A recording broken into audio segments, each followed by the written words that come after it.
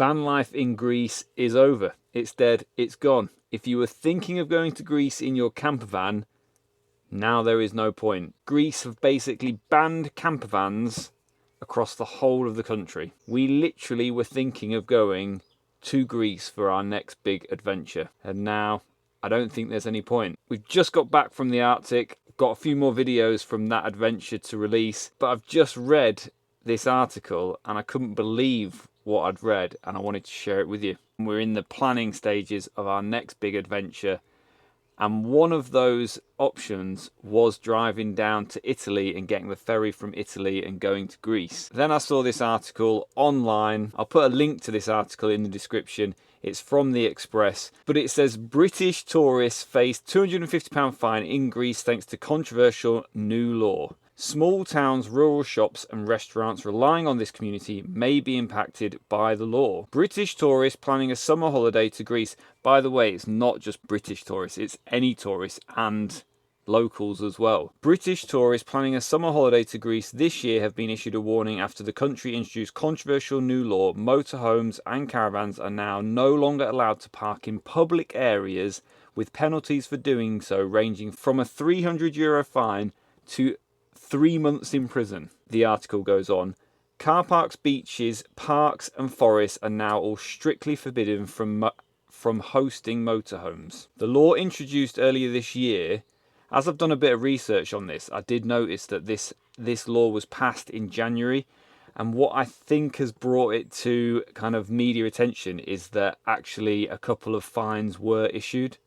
The law introduced earlier this year does not specify a time limit for staying in public places, so even a brief stop could result in a fine. So basically saying you can't even park to go for a coffee, you can't park to go to the supermarket because you could be fined or put in prison. Property rights are also affected, meaning people are not allowed to host more than one caravan or motorhome, even on their own land. So basically, you can have a caravan or motorhome at your house, but you can't have more than one.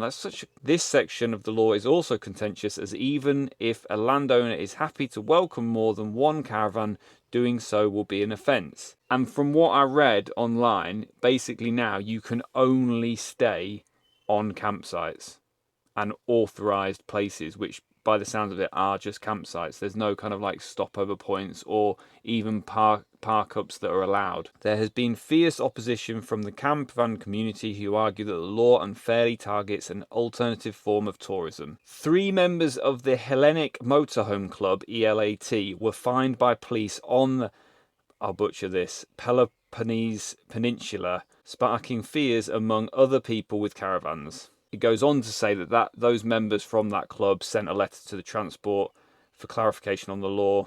And it goes on to say that campervans and caravans are a vital part of the tourism trade, especially in off-season months. And it could put off people travelling to the country with their caravan or with their campervan in the future. Well, yeah, obviously. So on top of it impacting anybody with a campervan or a caravan going, the likes of you and me, the other side of the coin is, what is that going to do to local communities, local businesses that rely on tourism trade that campervans and caravans bring to the country? I feel like this is a little bit similar to some of the posts that I've read on some forums about parking in some of the seaside towns on the east coast of England, that basically they've got rid of that. You can't park a campervan along the coast, and it just sounds ludicrous. It sounds mad. Why would you want to stop people coming and ultimately spending money? Because when you're in your campervan, you don't just hunker down and spend no money. Everybody needs food.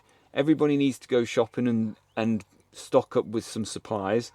You might use local facilities. You might use local coffee shops. You might use local restaurants. You're going to be spending money in that local economy, or in that country in this case.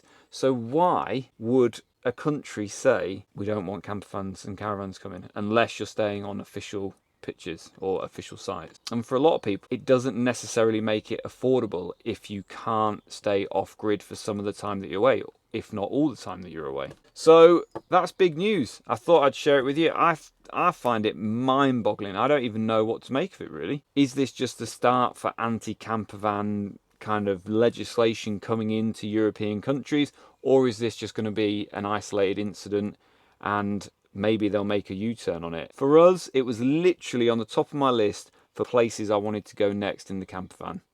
And now we're obviously not going to go there, because if we can't stay off-grid for some, if not all of the trip, then it just doesn't make it cost effective for us to go there. Let me know what you think in the comments. I've got a couple more Arctic videos to be released, and the next one is absolutely hectic. We go over a mountain pass in a snowstorm. So I'll see you in the next one. Bye.